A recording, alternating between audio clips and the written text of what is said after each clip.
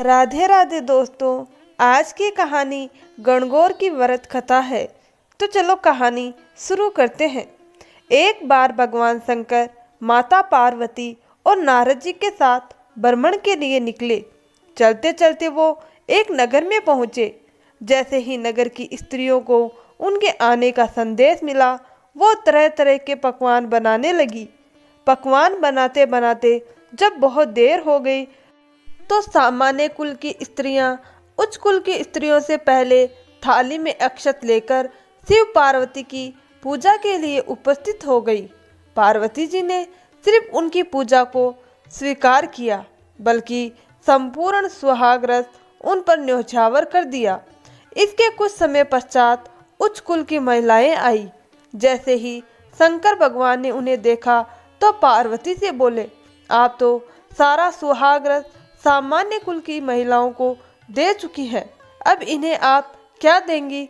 तब माता पार्वती बोली कि इन्होंने साधारण कुल की स्त्रियों को साधारण सुहाग रस दिया था, परंतु इन स्त्रियों को वह अपनी उंगली चीर कर अपने रक्त से बना हुआ सुहाग रस देगी।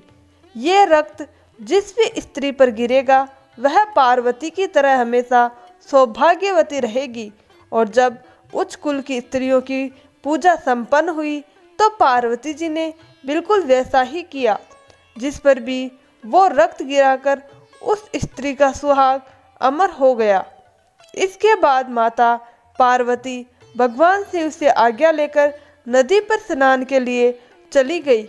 वहां उन्होंने मिट्टी का शिवलिंग बनाकर पूजा की और जब वो वहां से वापस आई तो शंकर भगवान ने उनसे विलंब से आने का कारण पूछा।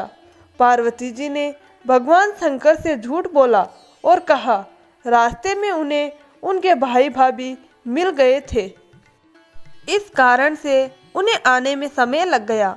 तभी भगवान शंकर बोले, देवी, जब आप नदी किनारे पूजा कर रही थी तो उस समय आपने किस वस्तु का भोग लगाया और किस चीज का प्रसाद खाया।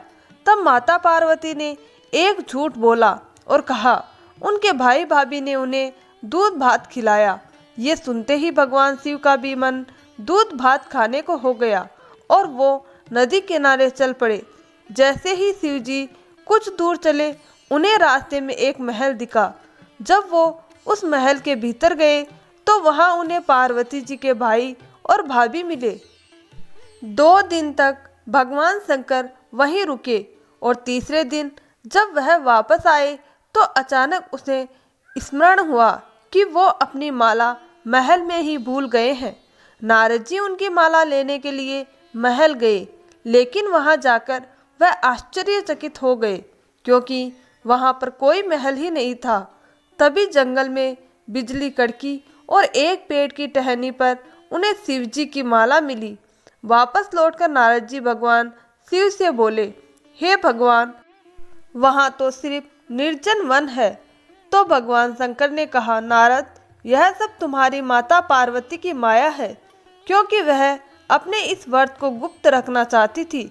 यह सुनकर नारद भगवान अत्यंत प्रसन्न हुए और बोले, जो स्त्रियां गुप्त रूप से अपने पति की दीर्घायु होने के लिए पूजा करेगी, भगवान शिव पार्वती के आशीर्वाद के प्रभाव के कारण उनका सुहाग अटल रहेगा।